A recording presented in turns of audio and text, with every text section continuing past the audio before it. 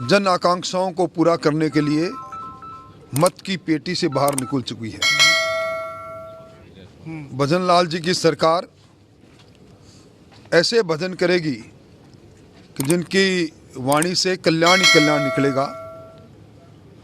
और अब जल्दी ही मंत्रिमंडल भी आकार ले लेगा और उसके बाद लूट और झूठ की सरकार जो जिसकी विदाई हमने की है उसकी लूट को भी बाहर निकालेंगे। अब सच्चाई के रास्ते पर चलकर जनता के कल्याण के लिए और जो वादे हमने संकल्प पत्र में किए उन वादों को पूरा करने के लिए सरकार अपना रोड मैप बनाएगी। और इस बार चुनाव के अंदर जो पराजय हुई वो जनता जनार्दन का निर्णय स्वीकार्य है, परंतु बहुत से जयचंदों ने भी अपनी भूमिका निभाई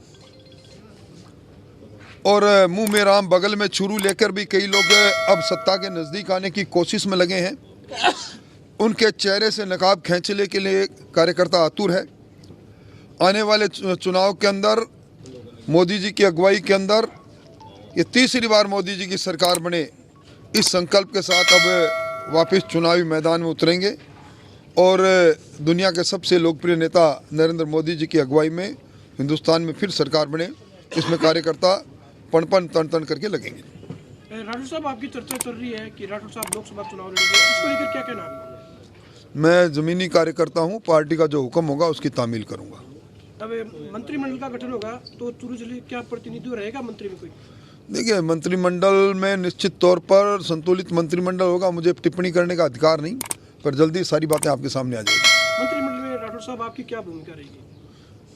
एक पराजित व्यक्ति की क्या भूमिका हो सकती है, इसलिए मेरी मंत्रिमंडल में क्या भूमिका होगी।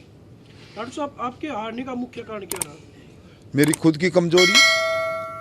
मैं ऐसी धरती पर चला गया जिस धरती को संवारने के लिए, जिस धरती की वोट की फसल काट रहा था, उससे पहले ज़मीन को समतल करने से लेकर ज़मीन की बुआई में जिस प्रकार का गुदाई में जिस प्रकार का काम होना चाहिए था वो मेरे द्वारा नहीं हुआ।